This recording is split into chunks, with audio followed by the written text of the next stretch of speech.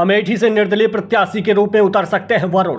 सपा कांग्रेस पीछे से करेगी समर्थन। रायबरेली और अमेठी कांग्रेस की पारंपरिक सीटें होती थी। इन सीटों पर चुनाव कौन लड़ेगा, इससे पूछने की जरूरत नहीं होती थी। कई चुनावों के बाद ऐसा हो रहा है कि इन दो सीटों पर भ्रम सबसे ज्यादा है। इसकी वजह भी साफ है। राहुल 2019 में अमेठी से चुनाव हार चुके हैं।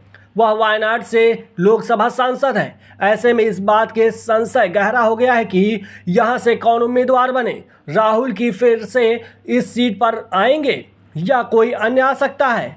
इसी तरह रायबरेली की सीट पर बीते कई चुनावों से सोनिया गांधी ही उम्मीदवार होती थी।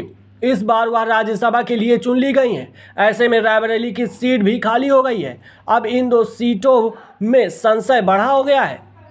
राजनीतिक गलियारों में इन बातों के कयास लगाए जा रहे हैं कि सोनिया की सीट पर कौन उम्मीदवार होगा, साथ ही क्या राहुल मां की सीट पर लौट सकते हैं। ऐसे में कई थ्योरी बन रही हैं।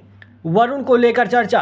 कांग्रेस की पूर्व अध्यक्ष सोनिया गांधी के राज्यसभा जाने के बाद रायबरेली लोकसभा क्षेत्र को लेकर पूरे देश में निगाहें लगी हुई हैं।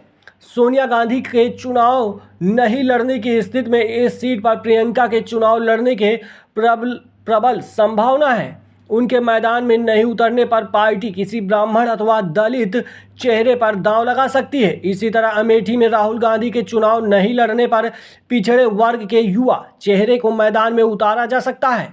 एक चर्चा यह भी है कि यहां से वरुण गांधी को निर्दल उम्मीदवार के तौर पर मैदान में उतार सपा और कांग्रेस समर्थन कर सकती है। गठबंधन के तहत मिली 17 सीटों में वर्ष 2019 में सिर्फ रायबरेली सीट कांग्रेस के पास आई, जबकि अमेठी में उसे हार का सामना करना पड़ा। इसी तरह 2014 में अमेठी और रायबरेली सीटें मिली थीं।